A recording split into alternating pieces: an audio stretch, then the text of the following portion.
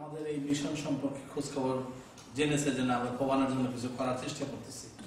এর মধ্যে অনেক রিপিটেশন হয়। রিপিটেশন কেন হয়? ধরেন কিছুদিন আগে মাদার্স মিশন হয়েছে, সেখানে মায়েরা প্রায় 30-40 জন ছিলেন এখানে সব মিলে। That's a good turn out. এই জন্য আমি ইমেলের মাধ্যমে উম্মে সালমাকে আমরা ধন্যবাদ জানিয়েছি।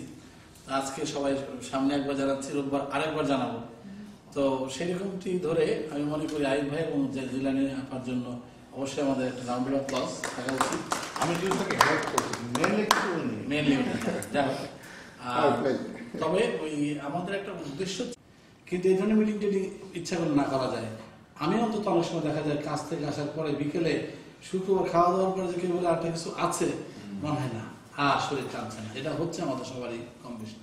সেই দিক থেকে আবার আমরা যদি একটা বিরাট অ্যাট্রাকশন দিতে পারতাম, যেখানে একদম যাওয়া অনুষ্ঠান 6 মাস পরে, অনেক সময় বলে আপনারা কি ভাই 6 মাস পরে অনুষ্ঠান আপনি কি বলতেছেন না বলতেছেন। আচ্ছা ঠিক আছে, অনুষ্ঠান তো যাও বলছি, তো আইব ভাই তো অলরেডি কল দিয়েছে বা কুতুবী ভাই তো বলছে, আমরা তো এই নিয়ে বান্ধবী, আমরা না গেলে কে অনুষ্ঠান করবে। এই ধরনের কথাবার্তা আমাদের মধ্যে হচ্ছে, হুইচ ইজ ভেরি পজিটিভ।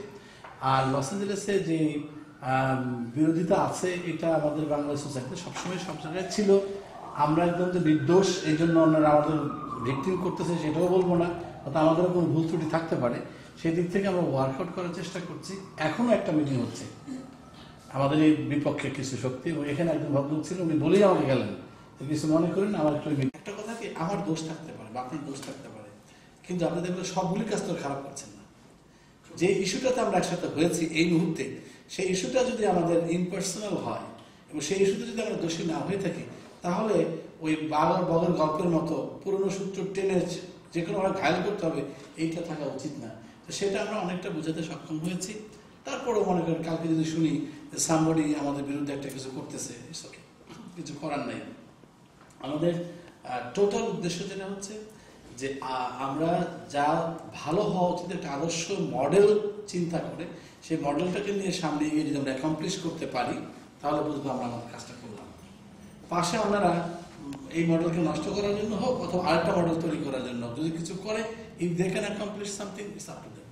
ওই জন্য let us totally ignore, but at the same time আমাদের ডোর ওপেন আছে।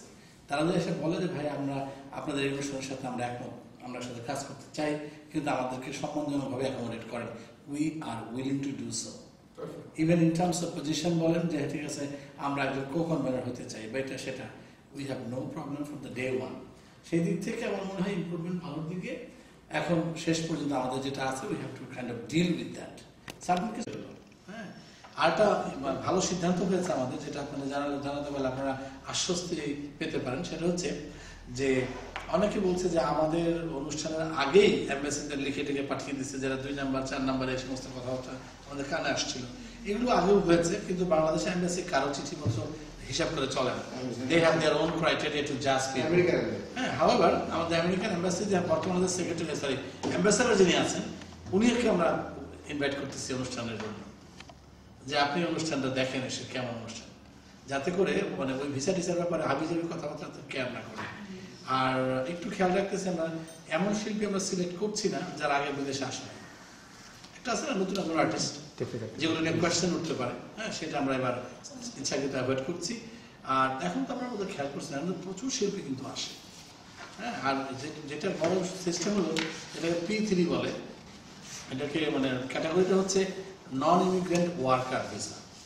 এটা একটা নতুন ক্যাটাগরি এবং বাংলাদেশে এটা নিউলি ইন্ট্রোডিউসড হয়েছে। আগে এত অল্প স্বল্প হতো, কিন্তু বেশি একটা হতো না।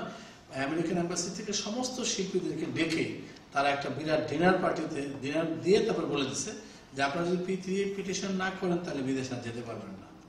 আর P3 যদি রিকোয়ার ফুলফিল করতে পারেন, আমরা অন্য কোনো ক্রাইটেরিয়াতে অনেক শিথিল করে দেবো। যে জন্য প্রচুর শিল্পী এখন আসতেছে, এবং সেটার সৌভাগ্যবশত সেই কাজটা আমরা নিজেরা, আমাদের অন দ্য হাউস আমাদের ব্যবস্থা আছে, আমাদের বাইরে কারো কাছে যেতে হবে না। We have the expertise to pursue that kind of visa. হ্যাঁ, সেই ক্ষেত্রে আমরা আশা করি ভিসা নিয়ে আমরা সাফার করবো না, বাট এগেন 2-1টা ড্রপ করতে পারি ফর মেনি রিজনস। এই আর কি। আর আপনার এই ফ্লাইটটা সম্পর্কে আর কোনো প্রশ্ন আছে?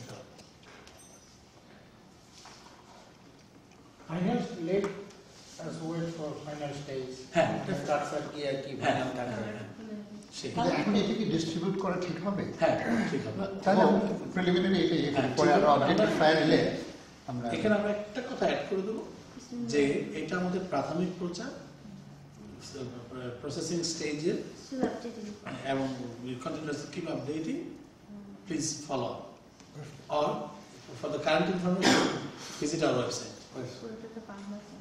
বলেন ওইটাই বলেন ওয়েবসাইট এটা প্রাথমিক কি এটা বলা দরকার না ওয়েবসাইটে আপডেট আপডেটের জন্য আমরা ওয়েবসাইট আপডেটের জন্য Right. Check our website for the updated information. Right. Up to date Kolkata Bangla আপনার সেটাই। ফ্লায়ার এখন ছাড়তেছেন আবার ফাইনাল সার্ভে এটা কি রাখতে হবে যে এখানকার হ্যাঁ। কেউ আসবে কিনা, because that is also important. Okay. কারণ আমি যেটা পার্সোনালি ফিল করি সেটা হচ্ছে যে যার জন্য আমি কিন্তু একটা জিনিস বলছিলাম, অনেক আগে বলছিলাম, ওটা অনেকে আবার অনেকভাবে নিছে, নেগেটিভলি নিছে। যেমন আমি বলছিলাম যে ওয়াই নট বাফলার প্যারেডটা এর সাথে হোক, I had a proposal like that. এটা আমি পার্সোনালি বলেছিলাম, বা অনেকে এটা নেগেটিভলি নিছে, ও কুতুবি তো প্রেসিডেন্ট হয় না, এখন এই জন্য প্যারেডই পিছিয়ে দিচ্ছে। বিরুদ্ধে কথা বলছে। যাক, ওটা কোনো ম্যাটার না। বাট আমার যেটা উদ্দেশ্য ছিল সেটা হচ্ছে যে parade is also a very important things for at least Bangladesh community here, তাই না? আপনি কি জুলাই মাসে ইমপ্রুভ করতে যাচ্ছেন না এই 3-4-5 ভিতরেই, কারণ দিনের বেলা সাধারণত আমাদের ফোবানাতে কোনো ইয়ে থাকে না, কোনো অ্যাক্টিভিটিস থাকে না। তো আমাদের যদি এটা জাস্ট একটা প্রপোজাল ছিল, বাট আমি জানি এটা গ্র্যান্ড হয় না আলটিমেটলি। আমার প্রপোজাল ছিল যে 4 তারিখে আমরা যদি সকালবেলা প্যারেড শুরু করতাম, বা 11টা-12টার দিকে প্যারেড করতাম, 4টা-5টার ভিতরে প্যারেড শেষ। তারপরে সবচেয়ে বড় যেটা ব্যাপার ছিল, ফান্ডটা 2 জায়গায় ডিস্ট্রিবিউট হতো না। এখন বাফলার একটা ফান্ড আছে যেখানে $55,000 থেকে $60,000 fund, then we have almost like $300,000 fund. আমরা কমিউনিটি তো এত বড় না যে আমরা এতগুলো টাকা একসাথে এভাবে দিয়ে দেবো, আর যে লোক বাফলাতে দিচ্ছে সে লোক আবার এখানে দিবে, তাই না? সো এই জন্য আমি বলছিলাম যে তাইলে হয়তো কি বাফলার যারা, তারা শুধুমাত্র প্যারেড নিয়ে কনসেন্ট্রেট করতো। প্যারেডের বাজেট 15,000 টাকার বেশি না, আমি নিজে প্যারেড করেছি, আমি জানি 15,000 টাকার ভিতরে you can do a nice parade. ওইটা আমি বলছিলাম যে তোমরা প্যারেডটাকে শুধু করো, you just concentrate on parade, আর ফোবানা যারা আছে তারা ফোবানা নিয়ে করুক, তারা কালচার অনুষ্ঠান করুক। এতে যেটা সুবিধা হচ্ছে যে স্টেট গেস্টগুলো আসতেছে ফোবানাতে, সেই স্টেট গেস্টগুলোকে কিন্তু প্যারেডে আমরা পেতাম।